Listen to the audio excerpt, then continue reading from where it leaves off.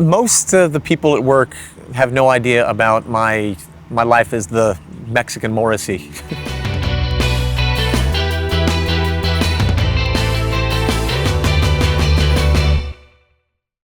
I wouldn't go anywhere else in LA to find out what's going on with Morrissey than Jose Maldonado. He is number one. I don't mind the label fan. I think it's short for fanatic. He's in Morrissey mode sort of constantly. In between radio shows, Morrissey night DJ gigs, the occasional acoustic show, in between his Sweet and Tender Hooligans show, he is talking to people that are associated with Morrissey and Morrissey's band. It really doesn't stop. Even when we show up to rehearsals, he pulls up in his car, rolls his window down, and you hear Morrissey and the Smiths blasting out of his car. My day job is LA County lifeguard. I've been employed with the county now over 25 years. It's a fantastic job. I have been a Morrissey fan since high school. It wasn't enough for me to just buy every record and every single. I had to go further and I had to find every magazine article, every interview that had ever been done. And after that, it was learning who his influences are. Who is Oscar Wilde? Who were the New York Dolls? Who were the Velvet Underground? Indy 103.1, Los Angeles, California. Hi everybody, I'm Jose Maldonado, lead singer of the tribute band Sweet and Tender Hooligans. Time now for the program that we call Breakfast with the Smiths, The World of Morrissey. 2 full hours of the songs that made you smile, the songs that made you cry, and the songs that saved your life. There is some kind of a parallel of growing up Latino in Southern California is not unlike the experience growing up the son of Irish immigrants in Northern England.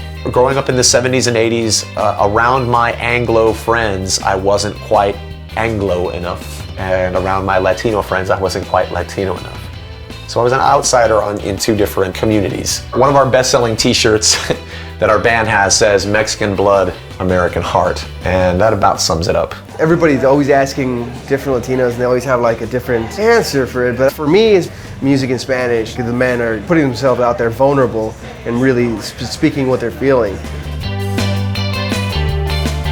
The very first time I met Morrissey was in 1993. Mustered up the courage and I walked up to him, and that's when I looked him in the eye and I said, every day of my life is always just that much better because your songs are always a part of it.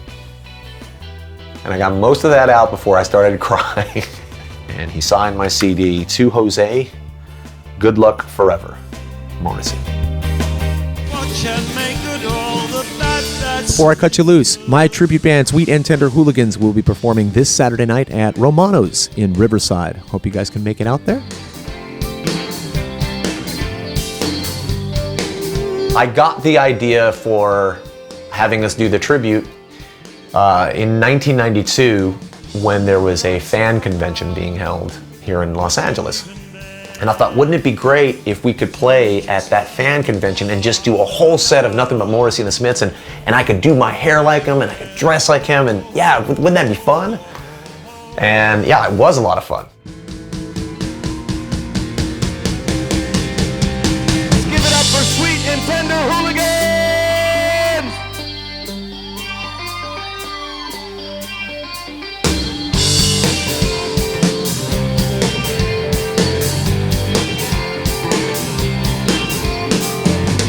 Sleep and dream of love, because it's the closest you ever get to love.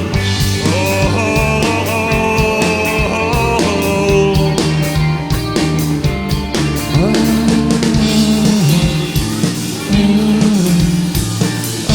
oh. Love playing with these guys. It's never gonna get old.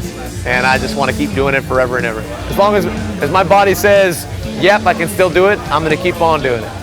After November, there's a time which I must put out of my mind. Oh. In 2004, there was this great moment where I was in the audience of one of his shows here in LA. The lights come on and the curtains open up and Morrissey gets on the microphone and he says, hello. We are the Sweet and Tender Hooligans. I am Jose. And I sat there catatonic going, I've got to be dreaming. You know, and everybody around me was shaking me, going, did you hear? Did you hear? And I said, I know, don't wake me up. But Jesus made me so, Jesus saved me from pity, sympathy, and people discussing me. This frame of useless limbs, what can make good all the bad that's been